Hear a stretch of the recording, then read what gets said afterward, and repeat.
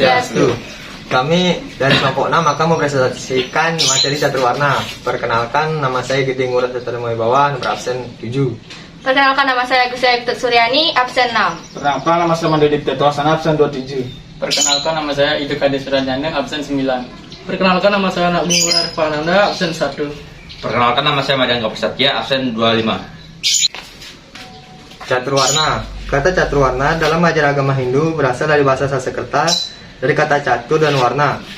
Kata catur berarti 4. Kata warna berasal dari kata akar kata free yang berarti pilihan atau memilih lapangan kerja.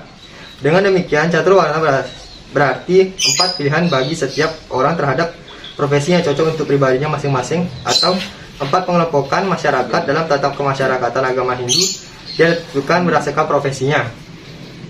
Catur warna membagi masyarakat Hindu menjadi 4 kelompok profesi secara paralel horizontal.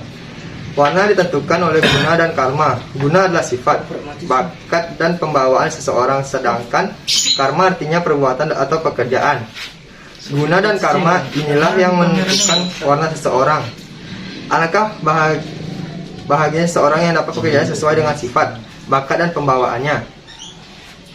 Pengelompokan masyarakat menjadi 4 kelas ini sebenarnya bukan saja hanya terdapat pada Hindu saja, tetapi bersifat universal. Klasifikasi tergantung dari tipe alam bakat kelahiran manusia. Setiap kelompok dari 4 kelas ini mempunyai karakter tertentu. Ini tidak selalu ditentukan oleh keturunan, sebagaimana dijelaskan dalam kitab Bhagavad Gita. Teori Varna adalah sangat luas dan mendalam. Tiap-tiap individu adalah fokus dari yang maha tinggi. Selama manusia melakukan pekerjaan sesuai dengan alam kelahirannya, itu adalah baik dan benar. Dan bila mereka hanya mengabdikan diri kepada Tuhan, pekerjaannya adalah menjadi alat penyempurnaan dari jiwanya. Problem dari kehidupan manusia pada dasarnya adalah menemui kebenaran dari jiwa kita dan lalu hidup menurut kebenaran itu.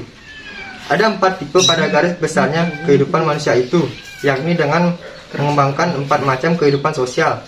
Keempat kelas ini tidak ditentukan oleh kelahiran, akan tetapi karakteristik psikologis. Yang manakah bagian-bagian dari catur warna tersebut? Untuk lebih memudahkan kita memahami tentang keberadaan catur warna, keempat bagian yang dimaksud adalah: yang pertama, Brahma warna; kedua, Ksatria warna; 3, Waisya warna; 4, Sudra warna. Masing-masing bagian catur secara singkat seperti di bawah ini. Oke, baik, kali ini saya akan menjelaskan tentang catur warna, bagian-bagiannya ya. Pertama, Brahmana warna adalah individu atau golongan masyarakat yang berkecimpung dalam bidang kerohanian. Keberadaan golongan ini tidak berdasarkan atas keturunan, melainkan karena ia mendapatkan kepercayaan dan memiliki kemampuan untuk menjalankan tugas itu. Seseorang disebut Brahmana karena ia memiliki kelebihan dalam bidang kerohanian. Kedua, Ksatria warna ialah individu atau golongan masyarakat yang memiliki keahlian di bidang memimpin bangsa dan negara. Keberadaan golongan ini tidak berdasarkan atas keturunan, melainkan karena ia mendapatkan kepercayaan dan memiliki kemampuan untuk menjalankan tugas itu. Seorang disebut Ksatria karena ia memiliki kelebihan dalam bidang kepemimpinan. Ketiga, Paisa warna adalah individu atau golongan masyarakat yang memiliki keahlian di bidang pertanian dan perdagangan. Keberadaan golongan ini tidak berdasarkan atas keturunan, melainkan karena ia mendapatkan kepercayaan dan memiliki kemampuan untuk menjalankan tugas-tugas untuk meningkatkan kesejahteraan masyarakat. Seseorang disebut Waisya karena ia memiliki kelebihan dalam bidang pertanian dan perdagangan. Dan keempat, Sudra warna ialah individu atau golongan masyarakat yang memiliki keahlian di bidang pelayan atau pembantu. Keberadaan golongan ini tidak berdasarkan atas keturunan, melainkan karena ia memiliki kemampuan, tenaga yang kuat, dan mendapatkan kepercayaan untuk menjalankan tugas untuk memberikan pelayanan kepada masyarakat. Seseorang disebut Sudra karena ia memiliki kelebihan dalam bidang pelayanan. Berdasarkan uraian singkat tersebut, dapat dinyatakan bahwa yang disebut catur warna adalah mengelompokkan masyarakat berdasarkan guna dan karma. Penggolongan masyarakat ini didasarkan atas fungsional, oleh karena pembagian golongan ini didasarkan atas tugas, kewajiban, dan fungsinya di dalam masyarakat. Penggolongan ini bukan bersifat turun-temurun, adanya penggolongan ini merupakan suatu kenyataan dan kebutuhan dalam masyarakat. Sistem warna tidak sama dengan kasta, sebab agama Hindu mengutamakan ajaran Tattvam Asi dalam memupuk pergaulan dan kerjasama dalam masyarakat. Jadi semuanya itu berdasarkan sifat dan sikap saling hormat menghormati untuk meningkatkan sikap kemanusiaan yang agamis. Siapa yang diantara umat kebanyakan akan dapat menjadi Brahmana, Kesatria, Waisya, dan Sudra bila memiliki kemauan dan kemampuan untuk itu.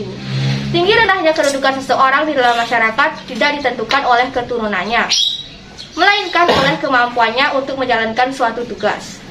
Di dalam kitab Mahabharata, Maharishi Bhisma telah memberikan penjelasan tentang sifat-sifat umum yang harus diikuti oleh setiap warna, yang berarti juga untuk semua orang, yaitu Akroda atau tidak pernah marah, Satyam atau berbicara benar dan jujur, Swamwibaga atau adil dan jujur, memperoleh anak dari hasil perkawinan, berbudi bahasa yang baik, menghindari semua macam pertengkaran,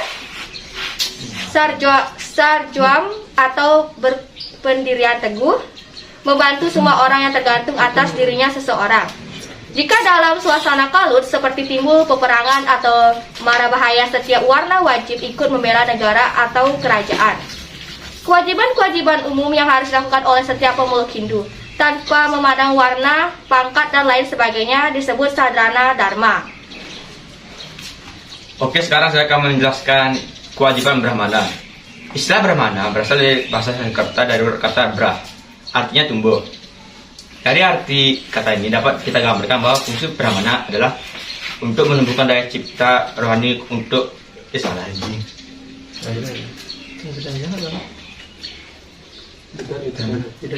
Boleh jalan nggak? Jalan dulu. Ulang ya. Ulangi dah. Kewajiban Brahmana. Istilah Brahmana berasal dari bahasa Sanskerta dari urat kata Brah, artinya tumbuh. Dari arti kata ini dapat kita gambarkan bahwa fungsi Brahmana adalah untuk menumbuhkan daya cipta rohani umat manusia dan untuk menciptakan ketentraman hidup lahir batin. Brahmana juga berarti pendeta. Pendeta adalah gelar pemimpin agama yang menuntun umat Hindu mencapai ketenangan hidup dan memimpin umat dalam melakukan upacara agamanya. Karena tugas atau kewajiban pokok dari warna Brahmana adalah mempelajari Weda dan memelihara Weda-Weda itu atau disebut Weda Raksana. Warna Brahmana tidak boleh melakukan pekerjaan duniawi. Untuk kehidupannya, dia harus dibantu oleh warna-warna lainnya.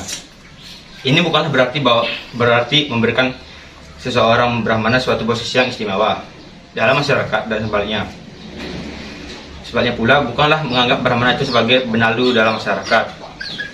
Kaum Brahmana dibebani tugas untuk melaksanakan apapun yang dipandang perlu demi memajukan kesejahteraan spiritual masyarakat.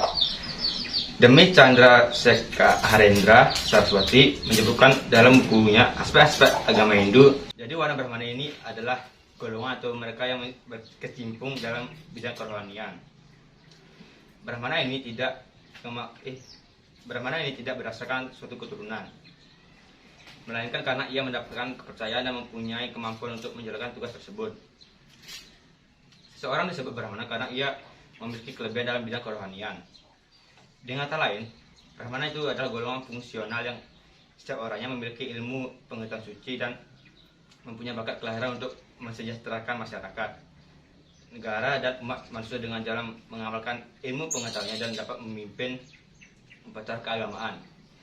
Tentang peranan dan fungsinya, Brahmana harus melakukan yaknya dan bersahabat dengan semua makhluk, berperan sebagai guru atau acarya dengan mengajarkan Weda, Kalpa, dan Upanishad, memimpin upacara Garbhadana, melakukan tapa, brata, dan samadhi menurut ajaran Weda.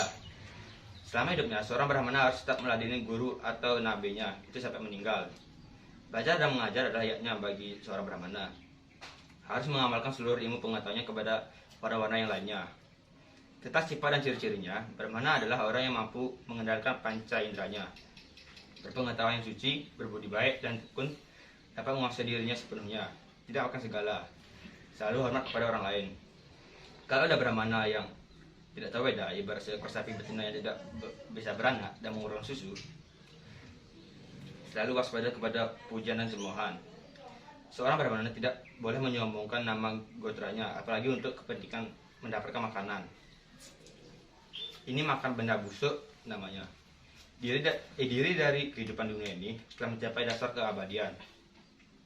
Telah melepaskan diri dari tumimbal lahir dan kesesatan sebagai pahlawan yang dapat menaklukkan dunia. Mengetahui timbul dan lenyapnya benda-benda yang hidup, mengetahui kehidupannya yang dulu, mengetahui surga dan neraka, telah mencapai akhir-akhir dari kelahiran. Nomor 2, kewajiban kesatria. Kata kesatria berasal dari bahasa Sanskerta, artinya suatu susunan pemerintah, atau juga berarti pemerintah, prajurit, daerah, keunggulan, kekuasaan dan kekuatan. Ini ada yang salah komannya. Memang kewajiban kesatria dalam Caturvarna adalah memimpin pemerintah. Untuk memerintah memerlukan kekuasaan, kekuasaan itu memerlukan kekuatan.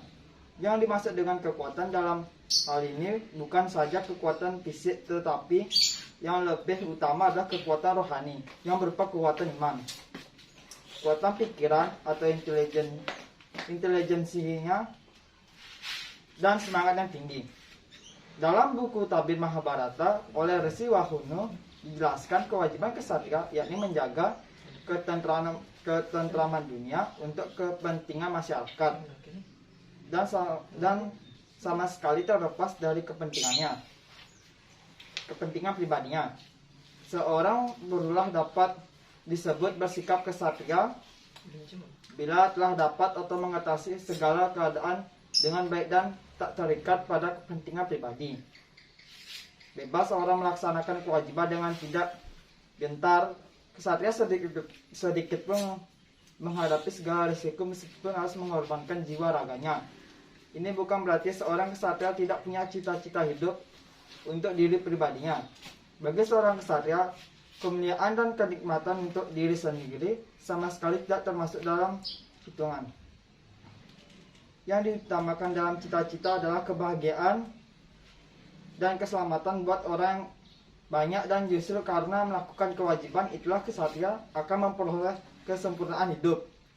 Dari sumber lontar Brahmokta, Widya Sastra, dan Widi Percitaan, kita memperoleh gambaran bahwa jabatan kesatria tidak berlaku permanen karena dapat berubah atau turun kedudukannya.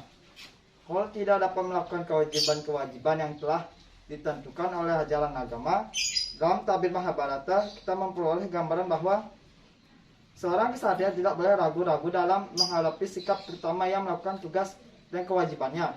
Seorang kesatria yang taat melakukan kewajiban untuk membela kebenaran akan mendapatkan pahala utama.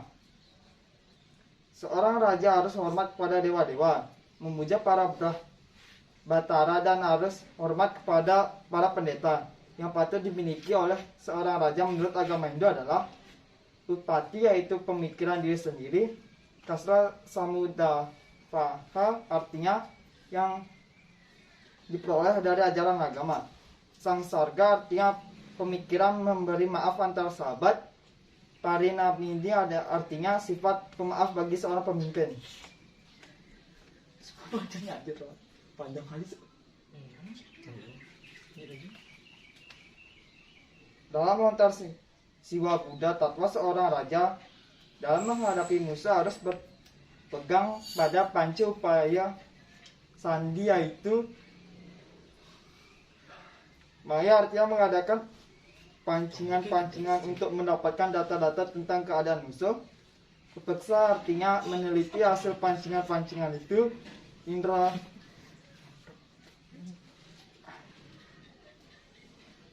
Jala artinya memasang perangkap untuk menangkap musuh.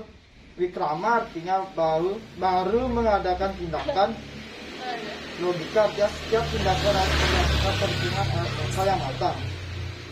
Bali dan Jawa ada istilah yang terkenal di sudut manunggaling kaula lawan Gusti, yang maknanya harus ada persatuan antara rakyat dan pemerintah. Demikian pula ada istilah kata muaming bakti melawan swece, yang maknanya rakyat harus hormat dan mendukung pemerintah dan Sebaliknya, pemerintah harus melindungi rakyat dari segala mara bahaya. Dengan demikian, kiranya disimpulkan bahwa karena kesatria itu adalah golongan fungsional yang setiap orangnya memiliki kewibawaan, cinta tanah air, serta bakat kelahiran untuk memimpin dan mempertahankan kesejahteraan masyarakat, negara, dan umat manusia berdasarkan dharmanya. Bertiga, kewajiban Pharma Vaisya. Pharma Vaisya merupakan pharma yang ketiga dalam susunan catur warna. Kata Vaisya aslinya Vaisya, berasal dari bahasa Sanskerta, yaitu dari urat kata vi, artinya bermukim di atas tanah tertentu. Dari urat kata tersebut lalu berkembang menjadi kata Vaisya yang artinya golongan pekerja atau seorang yang mengusahakan pertanian. Demikianlah penjelasan dari A.A. McDonald dalam kamusnya. Dari keterangannya, berikutnya memang peranan dan fungsi Pharma Vaisya tidak begitu jauh menyimpang dari kata-katanya. Hal yang perlu digarisbawahi di sini adalah bahwa Pharma Vaisya itu dibolehkan membungakan uang. Namun membungakan uang terbatas untuk kepentingan yang produktif dan bukan untuk kepentingan konsumtif. Tidak pula dibenarkan meminjamkan uang dengan motif pemerasan atau yang dikenal dengan istilah riba. Jika disimpulkan, tugas Pharma Vaisya adalah untuk kemakmuran negara. Tugas-tugas mereka terutama mengusahakan pertanian, peternakan, dan perdagangan. Vaisya harus diketahui dan mengatur harga barang-barang, terutama barang-barang yang merupakan kebutuhan pokok. Mereka harus mahir bercocok tanam, harus tahu soal-soal keadaan tanah di seluruh daerah. Apakah tanah itu subur atau tidak, tanaman apa yang cocok untuk ditanam di masing-masing daerah. Mereka harus mahir dalam seluk-beluk timbangan dan barang-barang yang paling banyak mendatangkan keuntungan. Vaisya harus mahir di bidang peternakan. Mereka harus selalu bisa berdana punya pada golongan Brahmana dan membiayai pendirian tempat-tempat ibadah. Jadi, Pharma Vaisya adalah golongan fungsional yang setiap orang memiliki watak tekun, terampil, hemat, dan cermat. Kelahirannya untuk menyelenggarakan kemakmuran masyarakat, negara, dan kemanusiaan. Nomor 4, kewajiban Varna Sudra. Kata Sudra berarti golongan pelayan. Keterangan mengenai peranan serta fungsi Varna Sudra dari sumber-sumber pustaka suci agama Hindu hampir senada dengan kata Sudra itu sendiri. Ia menjadi Sudra bukan karena dipaksa oleh masyarakat. Ia menjadi demikian karena ia tidak dapat dan tidak mampu karena kelemahannya sendiri. Meskipun demikian, ia tidak dibuang oleh masyarakat. Ia masih tetap sebagai seorang anggotanya. Dari seluruh uraian di atas dapat disimpulkan bahwa Varna Sudra itu adalah mereka yang memenuhi kebutuhannya dengan menjadi pelayan, pesuruh, atau pembantu orang lain,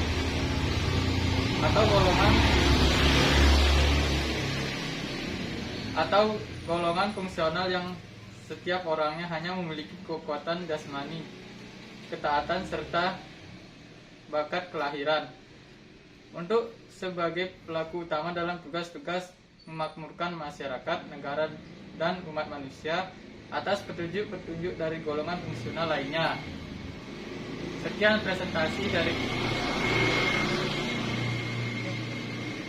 presentasi dari kelompok kami.